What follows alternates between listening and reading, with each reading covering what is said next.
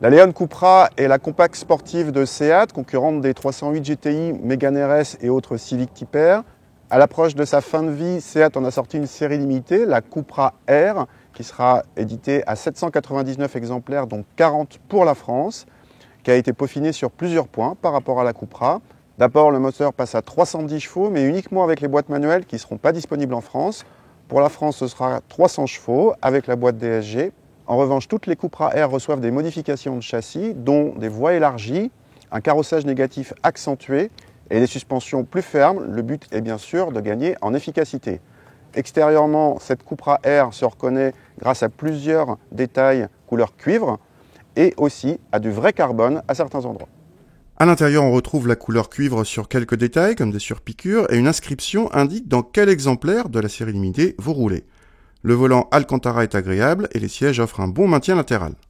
La qualité de présentation est tout à fait satisfaisante, comme dans toutes les Leon, et l'équipement assez complet, même si les dernières aides à la conduite ne seront pas toutes présentes. Un bouton permet de régler les modes de conduite, de confort à Cupra, ce dernier agissant sur plusieurs paramètres dont les suspensions pilotées. À l'arrière, cette Cupra R en offre autant que les autres Leon et accueille 2 adultes très correctement. Le coffre frôle les 400 décimètres cubes, un bon score pour une compacte. Cette sportive est donc très polyvalente.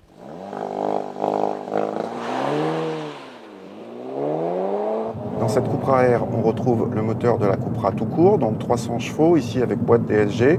C'est un moteur qu'on connaît déjà, qui est très plein, qui relance très tôt, un petit peu linéaire, pas beaucoup pour les sensations, mais en termes de performance, on est parmi les meilleurs de la catégorie. À noter que cette Cupra R gagne 3 dixièmes selon nos mesures par rapport à la Cupra, pas grâce au moteur, donc, mais par rapport à une meilleure efficacité châssis.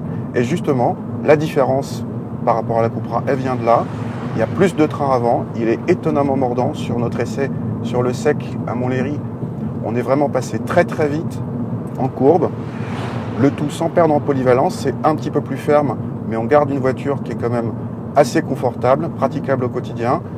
Le petit bémol, c'est que la voiture n'est pas très joueuse, ils vont vraiment la bousculer très fort pour que l'arrière parte un petit peu. Par contre, en efficacité, c'est vraiment bluffant pour une traction. Assez logiquement, les consommations n'évoluent pas par rapport à la Cupra et restent dans la moyenne de la catégorie, la plus sobre du genre étant la 308 GTI. En prix par contre, c'est la mauvaise surprise. Cette Cupra R dépasse les 45 000 €, soit 8 000 € de plus que la Cupra normale, et fait d'elle la plus chère parmi ses rivales. Ça fait un peu cher le petit bout d'efficacité en plus, même s'il y a un côté exclusif voire collector lié à la série limitée, très limitée même en France.